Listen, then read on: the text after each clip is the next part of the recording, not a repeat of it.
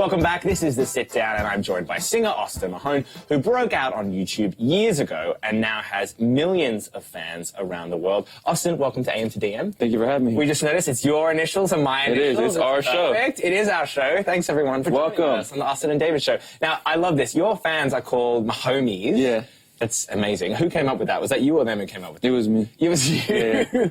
What's the craziest interaction you've had with a Mahomie in the past?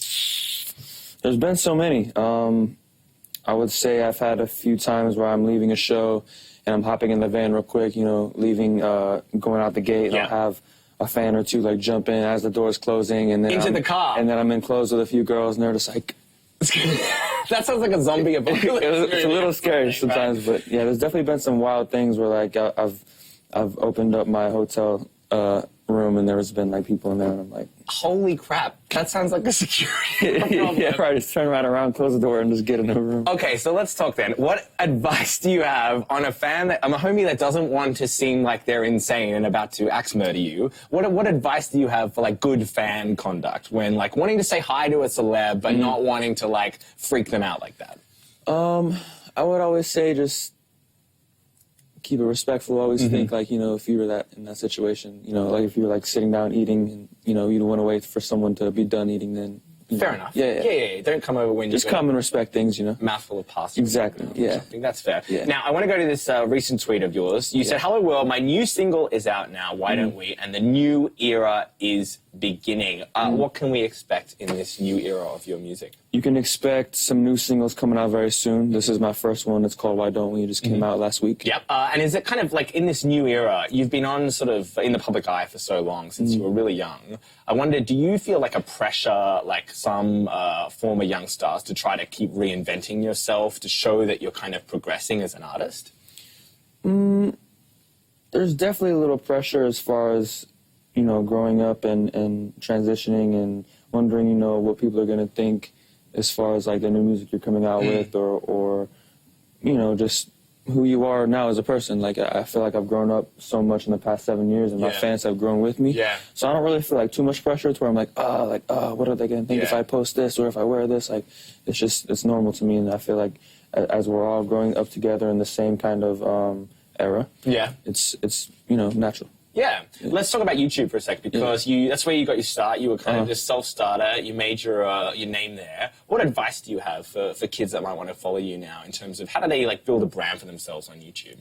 I think whatever it is that you want to do, whether it's singing or acting or any sort of talent that you want to show people, you just got to be in their face with it. Like you just got to show them all the time. Like that's what I learned on YouTube is whenever you're posting videos, you just got to just post all the time so that people don't really like forget.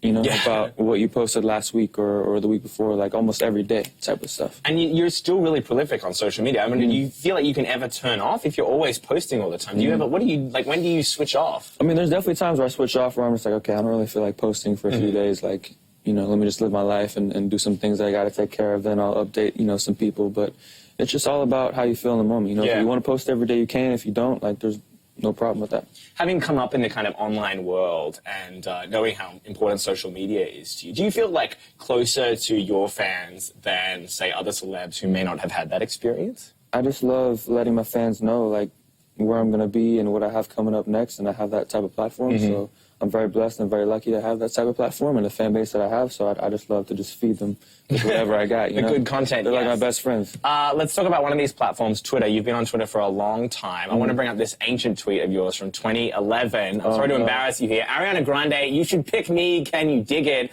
I'm everything you need, girl. Can you dig it? I'll always be your number one fan. So that was many, many years ago. Yeah. Sorry to embarrass you like that. Are you still her number one fan? Of course. Yeah? I love her new album that just dropped. Yes, it was great. So right? fire. What's your favorite song on it? Imagine. I love that too. I love that. The way she hits that Imagine, and it's like a 3 or 4. Yeah, there we go. So good. It is amazing. I love that one too. That's a bop. Yeah. I want to talk about your recent series on YouTube, Texas, when you were going home and trying to back to your home state.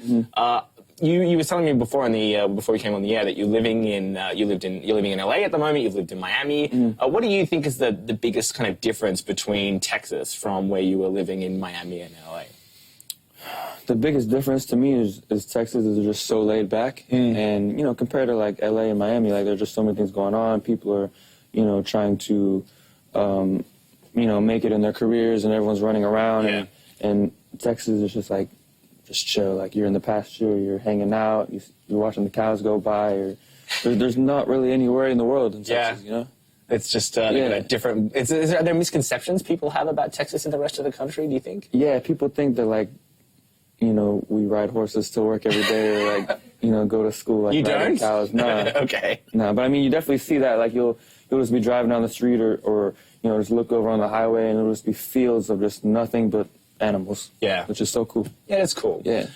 We do our research here at AM to DM. You have 10 million followers on Instagram. And as I said, we noticed that you post a lot of thirst traps. We are totally good with that. This is a pro thirst trap show.